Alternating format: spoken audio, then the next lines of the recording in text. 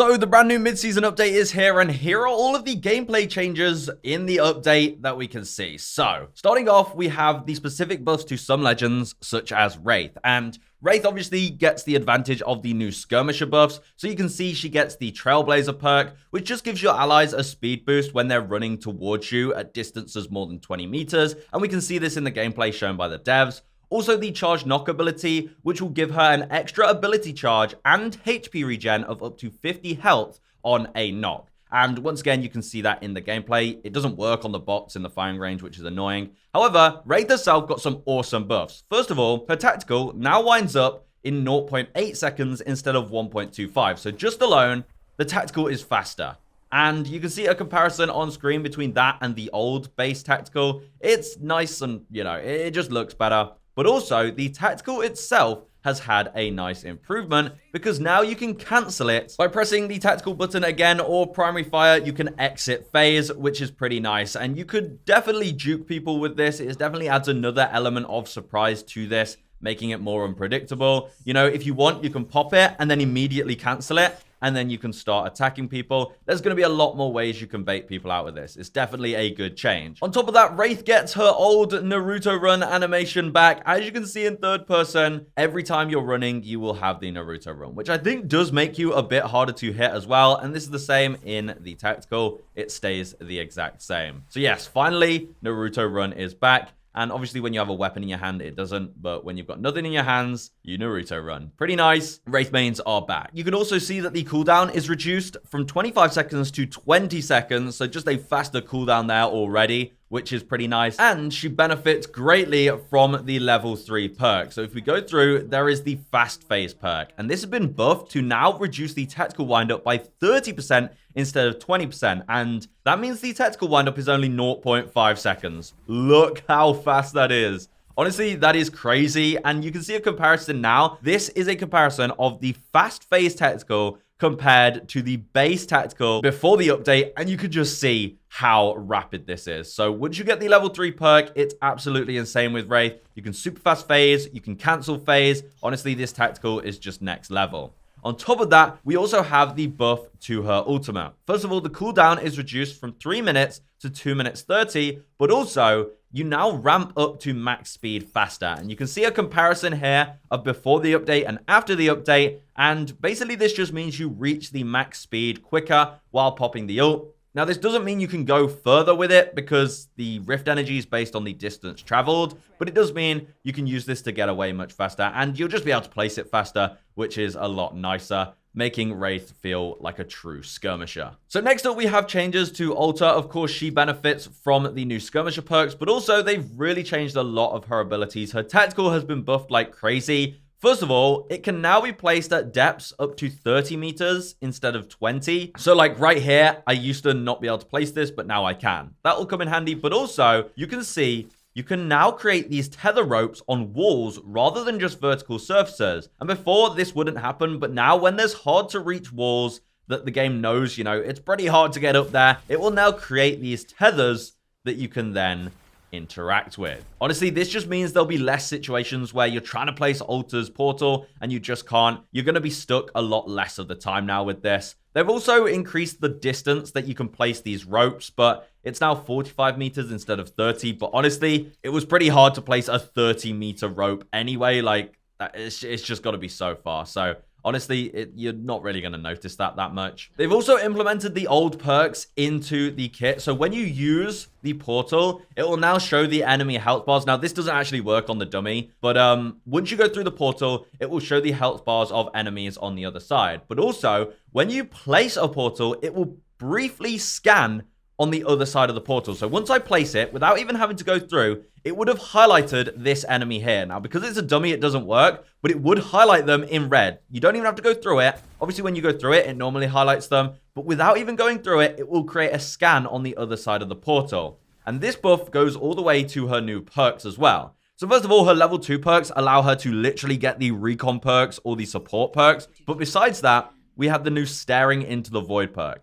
This creates the tactical scan to last 15 seconds, which is the entire duration of the portal. So when the portal is up, it will create a scan of anyone around it for for the entire duration. It literally becomes a recon ability. You pop 2 of these down, they will permanently scan enemies on the other side of it, which is insane. Honestly, Ulta is going to be able to dominate these kind of 1v1 situations. I mean, she already kind of does, but now with this, it's going to be so much better. They've also given her this new perk, Void Breacher, that gives you more speed and weapon handling. Once we go through this, we get a bunch of speed. Look at that. And it says Void Breacher. It tells you how long it's active for. And I think it gives you sort of reduced recoil and sort of things like that. So, yeah, it feels like it. And honestly, that's also a really nice perk. So they're both extremely powerful. On top of that, her ultimate has also been changed. There's a lot of things we can't really test without another person. However, you can see here already an example of it. So let's say you have knocked teammates. What you can do is go up to the portal and interact with it to bring them back. So they don't have to actually activate the portal themselves. They can keep holding up their shield and you can just bring them back. Also, you can now use this multiple times. So now once I pop this, I can then teleport to it, and there's now a 30-second cooldown. So this doesn't stop being able to be used by me this entire time. I can use this as many times as I want while it's up. So once the 30 seconds runs out, we can pop it again. You can also now have 2 of these active in the world at a time. So without even having a perk, once I get my ult back, I can throw a second one down. So as you can see here, I can open the portal again and teleport back to it. And once again, rinse and repeat, it goes on a 30-second cooldown. This is honestly a game changer for her ult. It means it's not a one-time use. Once again, it's a huge buff to Ulta. Also now with her passive ability, it says she can remotely grab teammates' banners. So if your teammate dies, you can then use her passive on the death box through walls and then grab their banner without having to go there, which is, once again, a really nice buff. Horizon is another skirmisher that's getting some nice buffs. She's getting some new perks. So her new level 2 upgrades are as follows: the 5-second tactical cooldown and the 30-second ult cooldown. But the better perks are the level 3 perks. She can either gain the combat reserve perk, so she can get all of the assault perks, which of course means when you crack an enemy's shield, you get the speed boost. It also means you get the extra grenade slots. You can open the red supply bins. You can hold more ammo. You get the highlights on enemies. Honestly, it's a really good perk. But then we have the conservation of energy. The soft landing grants shield regen. So literally using her passive will regen your shields. Let's have a look at this. So let's wait until, all right, let's pop the tactical and let's just go for a slide. Look at that.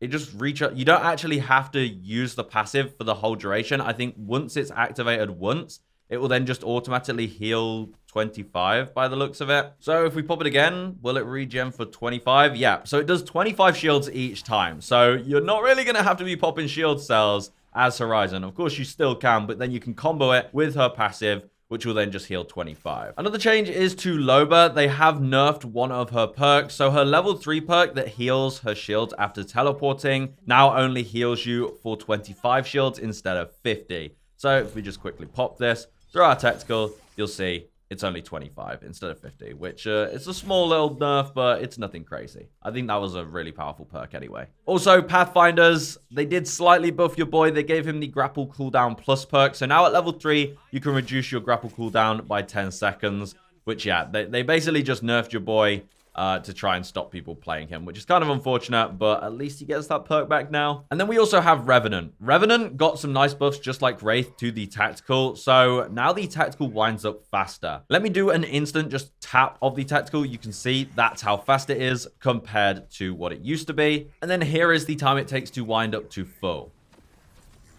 So it is definitely faster. It's 30% faster, which is nice. The cooldown, as you can see, is also reduced from 25 to 20 seconds. Also, when you pop your ult, you'll now get 75 shields again instead of 50. But they also did give him the new Agile Assassin, which is a faster pounce and charge time. So once again, it halves the pounce activation. So if we now tap the tactical, that is absolutely rapid. And this is what it looks like to get to max charge. It's super quick. So honestly, moving him into a bit of a movement god. And it reduces the tactical cooldown to 15 seconds. Now, they did give him a new try to hide perk, which doubles the marked enemy duration. So when you mark an enemy, it will just double the time it does that. Pretty nice perk, which is a pretty cool new perk. Now, when it comes to the weapons, they did buff most of the SMGs to give them 1 extra ammo for all magazine types. So you can see the Volt now has 20 ammo. The R99 gets 18. The Alternator gets 20 ammo. And the car SMG also gets 20 ammo. But they didn't buff the Prowler. Obviously, as that's burst, that would mean giving it 5 more ammo, which would just be horrendous. They also did nerf the L-Star.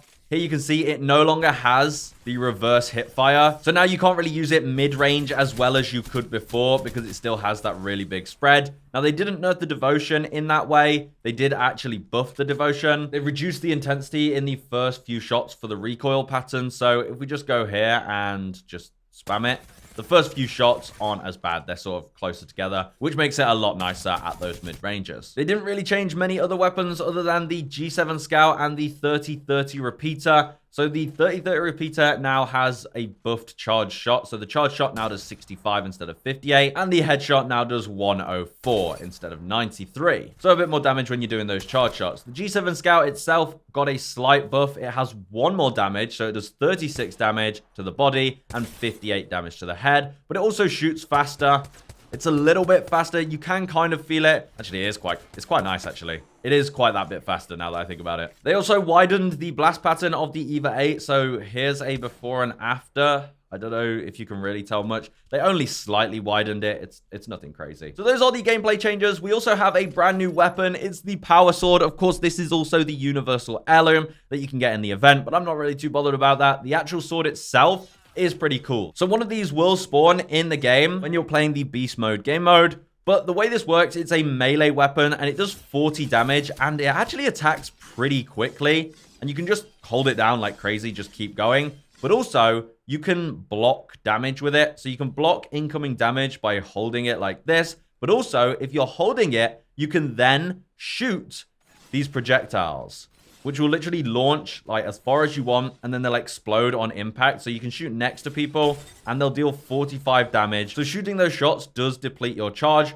but your charge will naturally go up very slowly, or you can press B or whatever you're on console, and it will charge up, and it will make you move kind of slowly, but it will charge up. Now, once it reaches enough charge, you can then rinse and repeat and shoot those shots, but also you can pop your ult. So at full charge, you can press ult, it will do this ability, and people in an area will get a debuff, but you'll get a buff. And this buff is basically just increased move speed, and it doesn't give you a damage boost, but it does give you this speed boost, which is pretty nice. Obviously, you can then shoot those shots. But what it mainly does is debuff the enemies. So anyone caught in the range of this get a debuff for the duration, and it slows them down like crazy. Like you're literally walking like pretty much this slow with the debuff on. So what you do is you pop the ult when you're next to an enemy. That means they can't escape pretty much, and then you just absolutely slash them down. But what I find the most fun, honestly, with this is shooting these sort of shots. They're honestly really cool, really fun to shoot.